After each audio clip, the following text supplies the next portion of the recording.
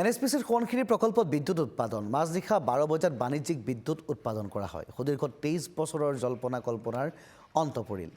এনএসপিসিৰ বিষয়া কৰ্মচাৰীৰ মাজত সাফল্যৰ হাঁহি দেখিবলৈ পোৱা যায়। এনএসপিসিৰ বৃহৎ নদীবান্ধ বন্ধৰ দাবীৰে ৰাজ্যত যি প্ৰতিবাদ চলিছিল সেই প্ৰতিবাদ বিক্ষোভক আওকাণ কৰি এনএসপিসি উৎপাদন কৰিলে বিদ্যুৎ। সুদীৰ্ঘ 23 বছৰৰ জল্পনা পৰিকল্পনা আৰু তাৰ পিছত এইদৰে সকলোৰে মুখত হাঁহি দেখিবলৈ পোৱা গৈছে।